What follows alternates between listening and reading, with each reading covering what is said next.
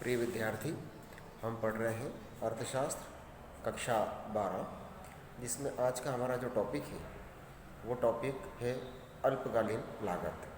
लागत शब्द हम पहले समझ चुके हैं। लागत का अर्थ होता है किसी भी वस्तु को बनाने या विक्रय हेतु उपलब्ध करने के समय तक लगने वाला समस्त खर्च, व्यय, वो लागत कहलाता है। जैसे कोई भी चीज़ यदि हम खरीदते हैं और उसको लाने, अपने व्यापारिक स्थान तक लाने में जितना भी खर्च होता है वो सब उसकी लागत में हम शामिल करते हैं। यहाँ वस्तु के उत्पादन में हम अलग अलग प्रकार की कुछ चीज़ें होती हैं जो वस्तु की लागत को प्रभावित करती हैं, जिससे लागत बदलती है, उसे हम उत्पादन लागत बोलते हैं। यहाँ पर अल्पकाल के समय, अल्पकाल का मतलब होता है थोड़े समय, अल्पकालीन लागतें, शॉर्ट टर्म जो है लागतें होती हैं, इसको कॉस्ट बोलते हैं। ये देखिए, अल्पकालीन वह अवधि है जिसमें एक फर्म केवल परिवर्तनशील साधनों की सहायता से ही उत्पादन की मात्रा में परिवर्तन कर सकती है। अल्पकाल के समय इतना कम होता है कि फर्म के स्थिर प्लांट की क्षमता या आकार में परिवर्तन करना संभव नहीं होता है। परिवर्तनशील साधनों में कच्चा माल, अर्धनिर्मित माल, श्रमिक शक्ति के साधन आदि शामिल किए जाते हैं, जबकि मशीन, भवन, पूंजीगत साज सज्जा स्थायी साधनों की श्रेणी में आते हैं। अल्पकाल में उत्पादन की मात्रा में वृद्धि करने के लिए कुछ लागतें स्थिर रहती हैं तो कुछ लागतें परिवर्तनशील होती है। अल्पकाल में लागत का अध्ययन निम्नलिखित शीर्षकों में किया जाता है।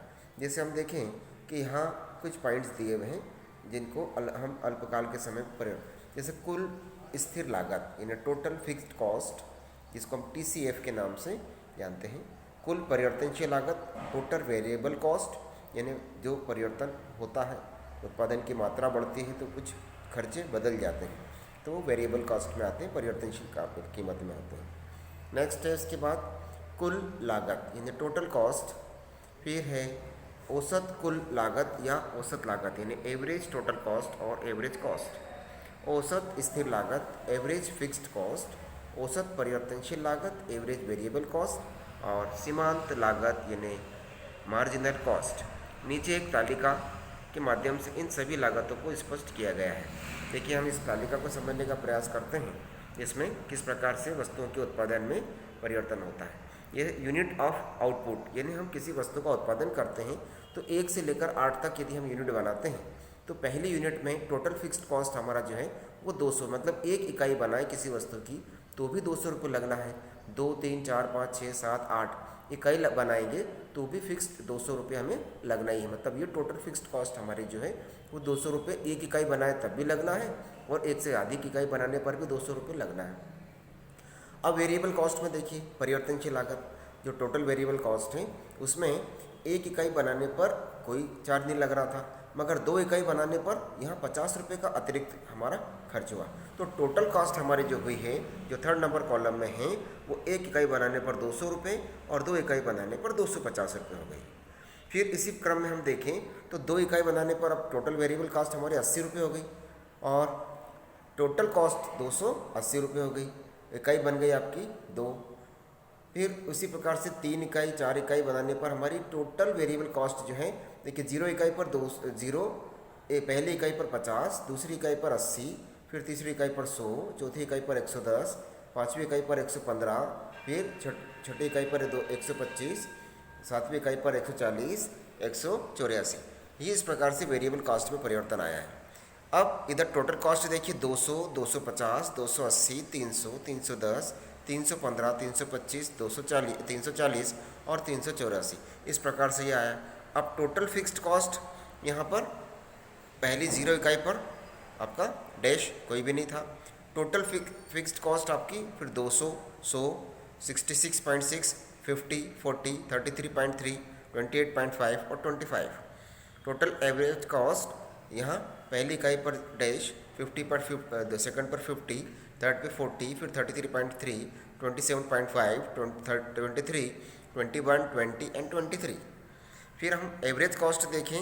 एवरेज कॉस्ट में देखिए पहली 0 इकाई पर डैश है, फिर पहली से 8वीं तक इकाई पे 250, 140, 100, 77.5, 63, 54.3, 48.5 और 48। अब मार्जिनल कॉस्ट देखिए, मार्जिनल कॉस्ट कैसी है, 0 इकाई पर डैश, पहली इकाई पर भी डैश, मगर दूसरी से लेकर 8वीं तक में 30, 20, 10, 5, 10, 15 और 44, इस प्रकार ये तालिका हमने बनाई, देखिए समझने का प्रयास किया। अब देखिए कुल स्थिर लागत यानी टोटल फिक्स्ड कॉस्ट, कुल स्थिर लागत से अभिप्राय उन व्यय से है जिनको प्रत्येक स्थिति में व्यय करना पड़ता है। उत्पादन की क्रिया बंद हो या चालू हो, अधिक हो या कम हो, स्थिर व्यय उसमें उत्पादन की मात्रा के साथ बढ़ते नहीं हैं, फिक्स रहते हैं। स्थिर लागत में सामान्यतः प्रारंभिक व्यय, पूंजी पर ब्याज, प्रबंधकों के वेतन, मशीनों का ह्रास यानी डेप्रिसिएशन, ऋण पत्रों पर ब्याज, अग्नि बीमा प्रीमियम, स्थायी कारखाना व्यय आदि सम्मिलित किए जाते हैं। अपरिव्यय लागत यानी इसे हम ओवरहेड कॉस्ट भी कहते हैं, ऊपरी व्यय लागत या ओवरहेड कॉस्ट भी इसे हम कह सकते हैं। इसे एक तालिका, इस चार्ट के एक ग्राफ के रूप में हम समझते हैं कि टोटल फिक्स्ड कॉस्ट। देखिए फिक्स्ड कॉस्ट में ये जो ग्राफ बनाया हुआ है, आउटपुट इन यूनिट्स यहाँ और फिक्स्ड कॉस्ट इन रुपीज़, तो यहाँ एक्स एक्सिस पे देखिए 1, 2, 3, 4, 5, 6, 7 और 8 इकाई हम बनाते हैं। यहाँ पर हमारा जो फिक्स्ड कॉस्ट है, जो लगना ही लगना है, वो 200 रुपये। तो टोटल फिक्स्ड कॉस्ट हर स्थिति में 200 रुपये लगी है। इसको हम इस ग्राफ के रूप में देखें तो एक सरल रेखा बनती है जो हमेशा पहली से 8वीं तक हर इकाई पर समान रूप से लगा है। ये एक इस चार्ट के रूप में बना सकते हैं। इस चित्र में कुल स्थिर लागत एक्स अक्ष पर समानांतर एक क्षैतिज रेखा होती है और उत्पादन के सभी स्तरों पर कुल स्थिर लागत एक समान रहती है। कुल स्थिर लागत मूल बिंदु के ऊपर आगे की ओर लंबवत प्रारंभ होती है। इसके बाद हम देखें कुल परिवर्तनशील लागत। जो परिवर्तनशील लागतें होती हैं, कुछ वस्तुएं की कीमतों के बाद उसमें परिवर्तन आता है। तो देखिए यहाँ पर हम इसको दूसरे वाले चित्र को देखते हैं जिसमें परिवर्तनशील लागतें देख रहे हैं हम। तो जो लागतें उत्पादन की मात्रा के साथ साथ बदलती रहती हैं वो परिवर्तनशील होती हैं। यहाँ पर देखिए आउटपुट इन यूनिट्स, यदि हम इकाइयों की मात्रा बढ़ाते जाते हैं तो टोटल वेरिएबल कॉस्ट जो है वो हमारी बढ़ रही है, जो कि एक लाइन के रूप में हमें घूमती हुई और ऊपर की ओर बढ़ती हुई दिखाई दे रही है। ये टोटल वेरिएबल कॉस्ट है। ये इसका चित्र हम इस प्रकार से बनाते हैं। अब इसकी मुख्य बातें हम देखें। इस चित्र में जो दिया हुआ है, पहला पॉइंट दिया है, कुल परिवर्तनशील लागत का वक्र विपरीत रूप से बने हुए अंग्रेजी अक्षर एस के समान दिखाई दे रहा है। कुल परिवर्तनशील लागत पहले घटती दर से बढ़ती हैं किंतु बाद में वह बढ़ती हुई दर से बढ़ती हैं। और उसके बाद है शून्य उत्पादन स्तर पर परिवर्तनशील लागत शून्य होती है। यदि हम शून्य उत्पादन रखें तो परिवर्तनशील लागतें भी उस समय पर हमारी शून्य होती हैं। तो इस प्रकार से यहाँ पर लागत की अवधारणा में हमने परिवर्तनशील लागतें यहाँ देखी हैं। इनको आप लोग अपनी कॉपी में लिखें, ये चित्र को भी बनाएं और इनको समझें।